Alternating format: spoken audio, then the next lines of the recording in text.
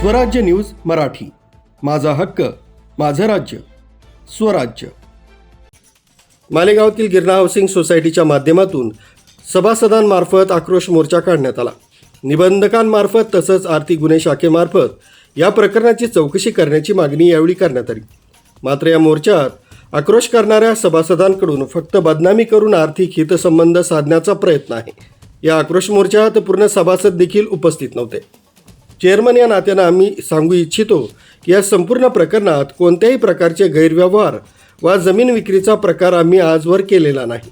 तसंच सभासदांना विश्वासात घेतल्याशिवाय आम्ही कोणताही निर्णय घेणार नाही, असं गिरणा हाऊसिंग सोसायटीचे चेअरमन डॉक्टर जयंत पवार यांनी सांगितलं आहे। दरम्यान कसमादे नांदगाव परिसराचं वैभव असलेला गिरणा साखर कारखाना हा ऊर्जितावस्थेत असताना हा सर्व प्रकार घडलेला आहे। मात्र कालांतरानं या कारखान्यातून निघणारा सोन्याचा धूर बंद झाल्यानंतर आज रोजी कारखाना डबघाईस गेल्यामुळं कारखाना बंद आहे। यानंतर अनेकदा हा कारखाना पुन्हा ऊर्जितावस्थेत आणण्याचा अयशस्वी प्रयत्न आजवर झाला आहे। तसंच बदनामीकारक माहिती प्रचार प्रसार करणाऱ्यांवर कारवाई करणार असल्याचं देखील त्यांनी सांगितलं आहे। याशिवाय पुढे बोलताना डॉक्टर पवार यांनी सांगितलं, काही सभासदांनी आकस्पणे आंदोलन करीत प्रशासनाची दिशाभूल करण्याचा प्रयत्न सुरू केला आहे। नियमानुसार संबंधित सभासदांनी बँकेकडे त्यांचा भरणा पूर्ण न केल्यास त्यांना हक्काचा प्लॉट दिला जाईल असं सांगत त्यांनी आंदोलकांनी घेतलेलं आंदोलन चुकीचं असून आमच्यावरील सर्व आरोप खोटे असल्याचंही त्यांनी सांगितलंय।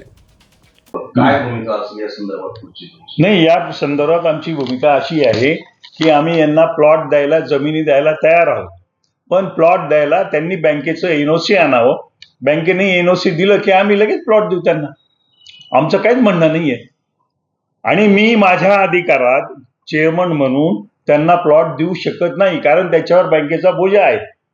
बँकेचा बोजा नसता तर गोष्ट वेगळी राहिली असती, आणि बँकेचा बोजा असल्यामुळे मी काहीच करू शकतो। माझे हातपाय बांधले गेलेत आणि हे धमकावतात, खंडणी मागतात आणि मोर्चे काढतात, हे वेगळ्या वेगळ्या सगळ्या प्रकारे करून राहिले। माझ्या दवाखान्यात घुसतात, पेशंट असतात, त्या पेशंटच्या गर्दीत मला पेशंट पाहू देत नाहीत।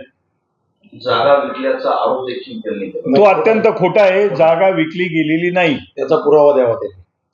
त्यांची खरेदी खत आणून द्या, खरेदी खत आणून द्या।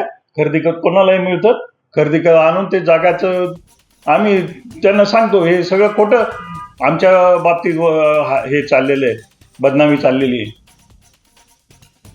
न्यूज ब्युरो, स्वराज्य न्यूज मराठी, मालेगाव।